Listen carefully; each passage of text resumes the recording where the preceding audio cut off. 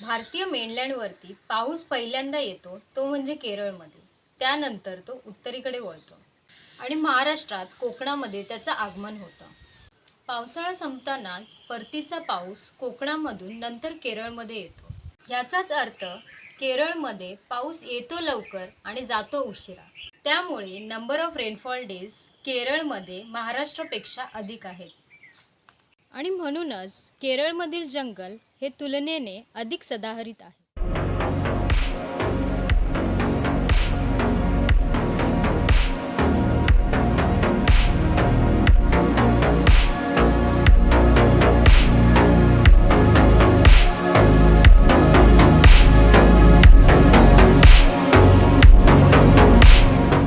जर कोकणामध्ये केरळ इफेक्ट तयार करायचा असेल तर हे काम स्वतः जंगलच करू शकतं. आत्ता आपण जंगलामध्ये आहोत आणि जंगलामध्ये ज्या वेळेला खूप मोठा पाऊस पडतो त्यावेळेला जंगलाचं हे जे आच्छादन आहे ते एखाद्या छत्रीसारखं काम करतं आणि पावसाची तीव्रताही कमालीने कमी करतं. आच्छादनामध्ये जमा झालेलं पाणी हे पाऊस थांबल्यानंतर वाऱ्याने खाली पडत असतं आणि पावसाचे तास वाढवतं. पावसाळ्यानंतर सुरुवात होते ऑक्टोबर हीटची, पण ह्या ऑक्टोबर हीटमध्ये सुद्धा आच्छादनामुळे ओल्या जमिनीचं बाष्पीभवन तुलनेने कमी होतं.